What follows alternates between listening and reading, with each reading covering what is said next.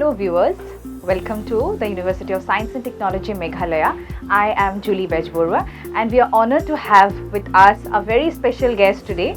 She is Madam Patricia Mukhim and we all know about her. So ma'am, again coming back to USTM, how do you feel? I always feel good here because there's a very vibrant atmosphere and the university is growing all the time. You can see that. Yes ma'am. So ma'am, today's topic, it's a very vast topic. Yes. It's like the women leadership. Yes. And you being also, we can always see as a role model in the field of media and in this. Ma'am, in the part of Northeast, we see that our women are growing, but at the same time, we feel a difference also like in case of the other parts of the country. Yes. What do you have to say about that, ma'am?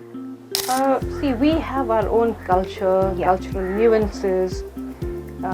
We have our own sort of cultural pulls and pressures.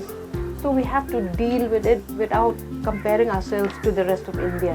In the rest of India, they are battling dowry, they are battling, what you call infanticide, We don't have all those here.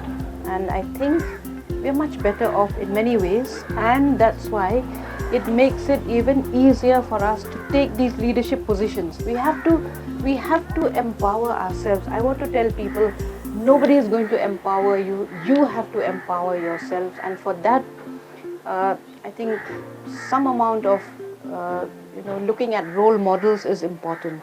Yes, ma'am. And we just have to engage because we are a democracy. If our voices are not heard, then we are lost. Yeah. Yes, ma'am.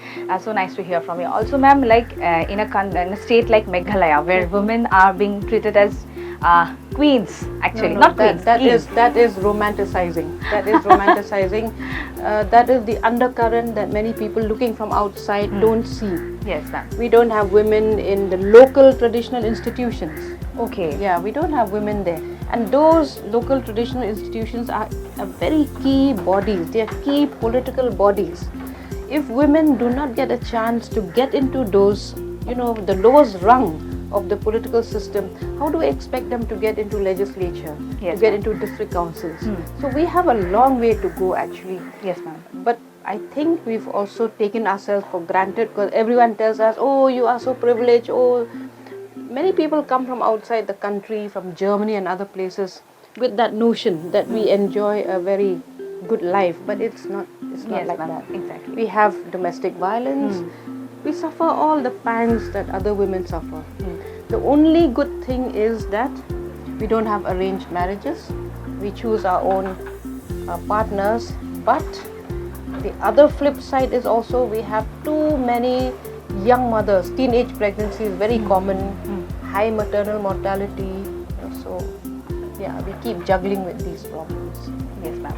As a university like ours, USTM, ma'am, we have a large number of women employees, a large number of women students.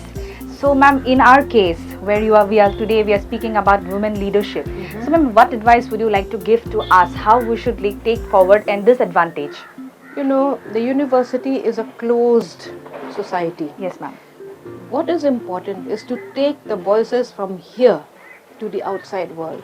Unless that happens, unless the university connects to the outside world, reaches out to the least developed areas of the state, nothing much is going to change. It's going to be like churning in a little pot. And I really don't feel that is the role of a university. A university must transform lives. Yes, ma'am.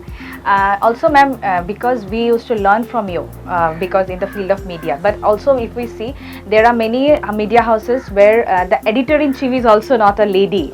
We can follow your footsteps, but there are no such channels outside where we can see a lady editor-in-chief. And what have to say about that?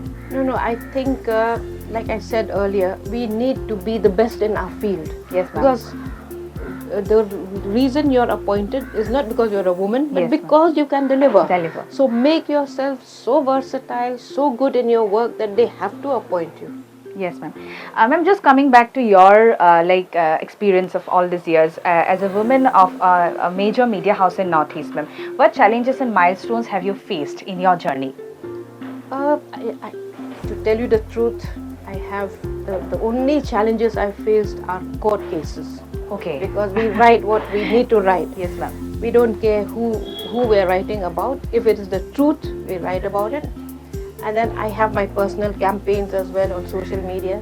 So having to attend court cases for defamation, for this, for that, including up to the Supreme Court, that has been the biggest challenge, because you require money to go to Supreme Court. Thankfully, I have a very good lawyer friend, human rights friend, Okay. who is a lawyer, Brinda Grover.